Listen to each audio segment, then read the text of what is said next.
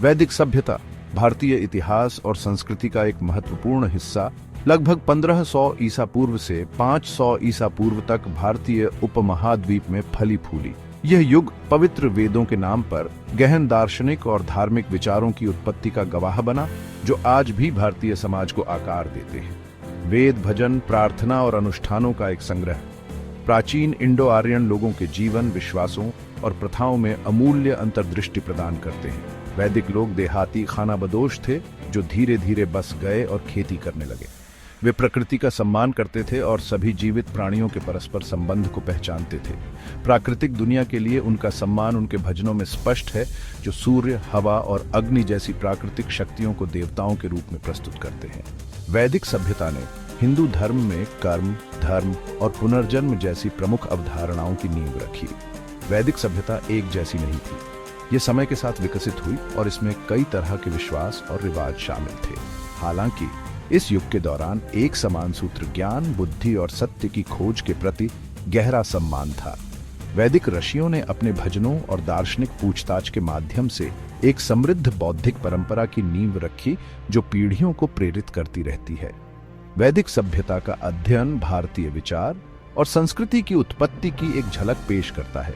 यह हमें अपने वर्तमान की जड़ों को समझने और उन विचारों की निरंतरता की सराहना करने की अनुमति देता है, जिन्होंने सहस्राब्दियों से भारतीय उपमहाद्वीप को आकार दिया है। वेदों की दुनिया में उतरकर हम प्राचीन भारत के सार और इसकी स्थायी विरासत को उजागर करने की यात्रा पर निकलते हैं। वेद, जिसका संस्कृत में अर्थ ज्ञान है, हिंदू धर्म में सबसे सम्मानित ग्रंथ है।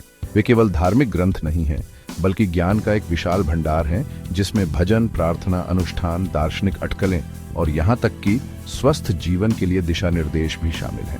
माना जाता है कि वेद प्राचीन ऋषियों को दिव्य रूप से प्रकट हुए थे, जिन्होंने इस ज्ञान को सदियों तक मौखिक रूप से प्रसारित किया, इससे पहले कि इसे लिखा गया।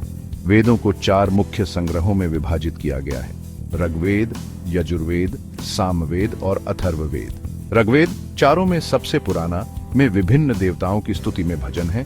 यजुर्वेद में अनुष्ठान और यज्ञ करने के निर्देश हैं। सामवेद धार्मिक समारोहों में इस्तेमाल होने वाले रागों और मंत्रों पर केंद्रित है। अथर्ववेद, जो दूसरों की तुलना में बाद में संकलित किया गया था, में रोजमर्रा की जिंदगी के लिए भजन और मंत्र हैं, जिसमें स्वास्थ्य, धन और सुरक्षा जैसे विषय शामिल हैं।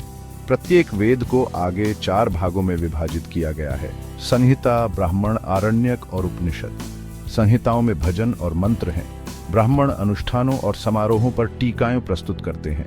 आरण्यक वन ग्रंथ हैं, जो ध्यान और आध्यात्मिक चिंतन के लिए हैं।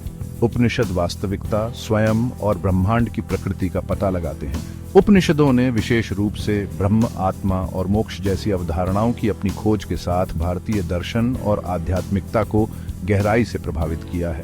वेद केवल प्राचीन ग्रंथ नहीं हैं जिनका अध्ययन किया जाना है, वे जीवंत परंपराएं हैं जो लाखों लोगों को प्रेरित और मार्गदर्शन करती रहती हैं। मंदिरों और घरों में आज भी भजनों का जाप किया जाता है और वेदों में बताए गए अनुष्ठान आज भी किए जाते हैं। उपनिषदों की दार्शनिक अंतर्दृष्टि पर विद्वानों और साधकों द्वारा समान रूप से बहस और चर्चा की जाती रहती है। वेद अपने कालातीत ज्ञान के साथ भारतीय संस्कृति और आध्यात्मिकता की आधारशिला बने हुए हैं। वैदिक समाज वर्णों या सामाजिक वर्गों की एक प्रणाली के आधार पर संगठित था, जो कठोर नहीं बल्कि तरल थे और व्यवसाय और कौशल पर आधारित थे। 4 वर्ण ब्राह्मण, क्षत्रिय, वैश्य और शूद्र थे। इस प्रणाली का उद्देश्य एक ऐसा सामंजस्यपूर्ण समाज बनाना था जहां प्रत्येक व्यक्ति सामूहिक हित के लिए अपनी अनूठी प्रतिभा का योगदान दे सके। वैदिक समाज में परिवार की केंद्रीय भूमिका थी। संयुक्त परिवार, जहां कई पीढ़ियां एक साथ रहती थीं, आम थे। पितृसत्ता प्रचलित थी, जिसमें सबसे बड़े पुरुष सदस्य के पास अधिकार होता था। हालांकि महिलाओं का सम्मान किया जाता था और वे धार्मिक समारोहों और पारिवारिक जीवन में महत्वपूर्ण भूमिका निभाती थीं। इस युग के दौरान उल्लेखनीय महिला विद्वान और कवियत्रियां उभरीं, जो यह प्रदर्शित करती हैं कि महिलाओं को बौद्धिक गतिविधियों से बाहर नहीं रखा गया था। वैदिक लोग अपने आतिथ्य और उदारता के लिए जाने जाते थे। मेहमानों के साथ अत्यंत सम्मान के साथ व्यवहार किया जाता था और उन्हें देवताओं के समान माना जाता था। अतिथि देवो भव की अवधारणा, जिसका अर्थ है कि अतिथि भगवान के समान है, वैदिक संस्कृति में आतिथ्य को दिए गए महत्व को दर्शाता है। आतिथ्य की यह परंपरा भारतीय संस्कृति का एक अभिन्न अंग बनी हुई है। वैदिक समाज जबकि अपनी खामियों के बिना नहीं, सामाजिक सद्भाव और सहयोग में बहुमूल्य सबक प्रदान करता है। अपने कर्तव्य को पूरा करने, बड़ों का सम्मान करने और प्रकृति के साथ सद्भाव में रहने पर जोर आज के समय में भी प्रासंगिक है। वैदिक समाज के सामाजिक ताने बाने को समझने से हम भारत में आज भी संजोए गए कई मूल्यों की जड़ों की सराहना कर सकते हैं। वैदिक धर्म प्रकृति के प्रति श्रद्धा और असंख्य देवताओं में विश्वास की विशेषता थी, जिनमें से प्रत्येक प्राकृतिक दुनिया के एक अलग पहलू का प्रतिनिधित्व करते थे।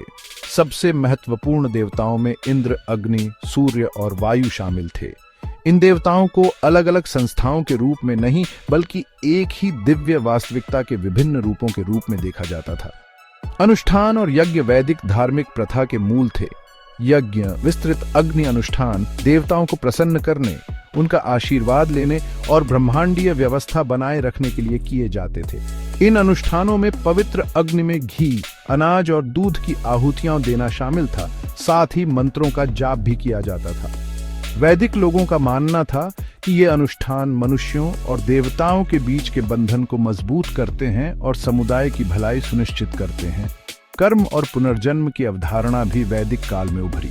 कर्म, जिसका अर्थ क्रिया है, उस विश्वास को संदर्भित करता है कि प्रत्येक क्रिया, विचार और इरादे के परिणाम होते हैं जो किसी के भविष्य के जीवन को प्रभावित करते हैं।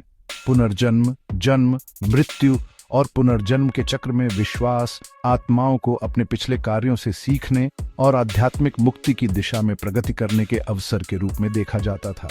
वैदिक धर्म ने हिंदू धर्म में कई प्रमुख अवधारणाओं की नींव रखी, जैसे कि सभी प्राणियों की परस्पर संबद्धता, कर्म का नियम और आध्यात्मिक ज्ञान की खोज। जबकि पूजा के बाहरी रूप समय के साथ विकसित हुए होंगे, वैदिक धर्म का सार श्रद्धा, कृतज्ञता और सत्य की खोज पर जोर देने के साथ लाखों लोगों के साथ प्रतिध्वनित होता रहता है।